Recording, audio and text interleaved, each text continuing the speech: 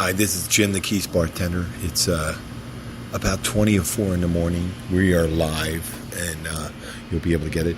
The eye wall, we went to the, in Lakeland, Florida, we went to the eye wall.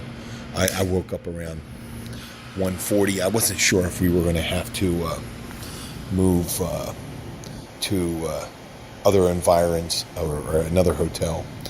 And I checked in with the front desk, and they were able to jiggle things around so the girls can sleep in, and we'll stay another day. There definitely is a good certainty that we won't be able to go back into Key Largo until Wednesday, but I'm hoping that might not be the case, because we, and I hate to use all the uhs and stuff like that, but my mind just wanted to, even though it appears as if our property is safe, but there seems to be a lot of looters in the area, and I wanted to secure that. So I'm kind of torn between getting back, but I got the girls with me, my wife, my daughter, my sister-in-law, and our dog Roxy, and I don't want to bring them into that. But if I could get them down to Homestead, I would like to go in there and secure our property, for a day or so, and just make sure. I just, what can they really take? They're going to loot it. They're going to take some television and stuff like that. Hopefully they won't do anything stupid, like tear up any of the interior. But and I definitely, it's not worth taking a life over it. But I do hate the idea of someone taking advantage of the situation, doing a looting thing. That really, that pisses me off. But I have to say, the people here at the Terrace Hotel in the Lakeland Terrace Hotel here in Lakeland, Florida, they've been so fabulous. They've just really stepped up. I've seen their staff is working. It's 20 or 4 in the morning. The bellman and the night manager, they're just very professional. They're very warm, very friendly. I didn't want to be up in the room, just sitting up doing anything. So I'm just sitting down here in the lobby, tightening up some of the episodes I had, and hoping that. Well, I'll give you a little description of what happened. We're actually on the other side. There seems to be gusts of at least 80 miles an hour. It was downgraded to a category 2, I think, but the wind was strong enough to tear up the awning off the front and knock out some columns. I went outside, and I was going to sit outside for a while, but it still looked like it was gusting over 100 miles an hour, so I thought better. I didn't want to be that guy that said, hell yeah, he went out at 20 or 4 in the morning and he got hit by a stop sign. That would be ironic and an absurd way to go out. So I don't want to be that guy doing something stupid. But I do enjoy it. I'm telling you, it's my first real hurricane that I went through. And being able to stand on the porch on I'm trying to think of the direction we were going. We were on the north side, the northwestern side of the hotel. So the way the wind was coming from the beginning, so if the wind is coming out counterclockwise, it was coming from the east down, and we were protected there. Now we're on the other side, and the wind is coming out of the. I'm trying to visualize this. It's actually coming in to us from the southwest. So we're hoping that the situation works out pretty good here.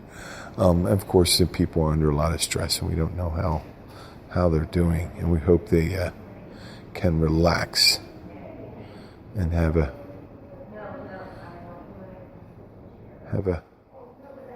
relaxing time here. I mean, the staff has to deal with a lot of different things, and they're doing it with a very professional manner. People are not always at their best, but maybe I don't want to cause any distress for them. But I'd like to send a special shout out to those guys. Mark, the night manager. I didn't get the bellman's name, but he was a great guy, and I'm so happy that they were able to put us up another night. I didn't want to have to be on the road again. We are. Hey, listen, it hasn't been tough for us other than the stress of not knowing if you're going to be homeless or not. But being able to right here, we are in a place. It's still a little stressful. You got to see the gusts and some trees down. There's, some people can't sleep at night. And hopefully everyone's going to be getting a good rest. I didn't think if I kept them up, sitting up there, it'd probably be the worst thing in the world. But, the awning came down. It looks like I'm looking over at the... is that fountain still going? No, the fountain's off. But there's cars parked on the street. I see a car go by every so often. There's a curfew going on, so I don't know if they're technically not supposed to be driving out there. But there is no one up now except for a couple people.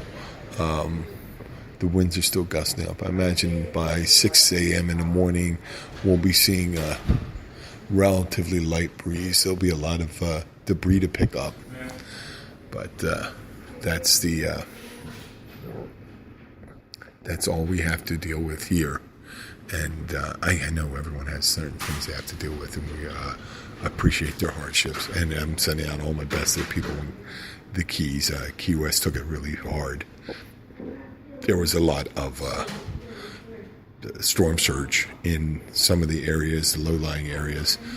One of the famous restaurant Snappers seems to be particularly hit hard, but it's really hard to tell sometimes by pictures whether it's just wind damage to their outside and how deep that is.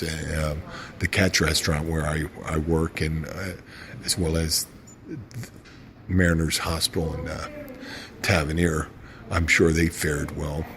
The storm surge in my sister-in-law's neighborhood seemed to have not occurred, which is great because their property is doing well. But there's a lot of people where their properties were utterly destroyed. There was it seemed to be at least 6 to 7 feet of storm surge on the ocean side, and we did see the pictures of the bay, Florida Bay, which is anywhere from 6 to 10 feet deep, just completely empty, reminiscent of the parting of the Red Sea when that storm comes in, and then just the wind just pushed out all the water up north, and I'm sure it surged back afterwards when it moved through. But I hope everyone is safe that are there, and don't get hurt trying to secure other people's property. Just try to secure your personhood, and make sure that you have plenty of water. It appears as if the police, the authorities, are going to be holding people north of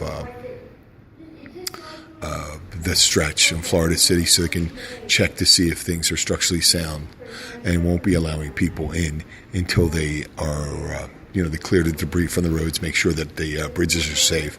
We live in North Key Largo, which is relatively safe, but I don't think that gives us any particular preference. But I am a part-time employee of Mariners Hospital, and I do work in this food service industry, so I could be of help if I have to open up the restaurant so we can feed the people that are coming in to do the recovery and repair work and all the maintenance things that have to go on. So I'll be ready to go down there. Obviously, I'm not. It's not as if I'm a police officer or a nurse, but I do. I have some skills, and I'll be happy to provide them for my fellow Florida Keys residents. And we're hoping to rebuild as quickly as possible, and to look out for everyone when we have to, and give them that support. And for now, it is around 4 in the morning. We're still gusting here in Lakeland. It appears up to 90 miles an hour, maybe 100. Not as bad as earlier. I don't see any limbs coming down, but we should be out of the thick of it in about 2 hours, 6 a.m. in the morning. I hope the upper part of Florida, weather's well, and stay away. If you are listening and you're in low-lying areas, please make sure to secure your person. Thank you. Good night or good morning.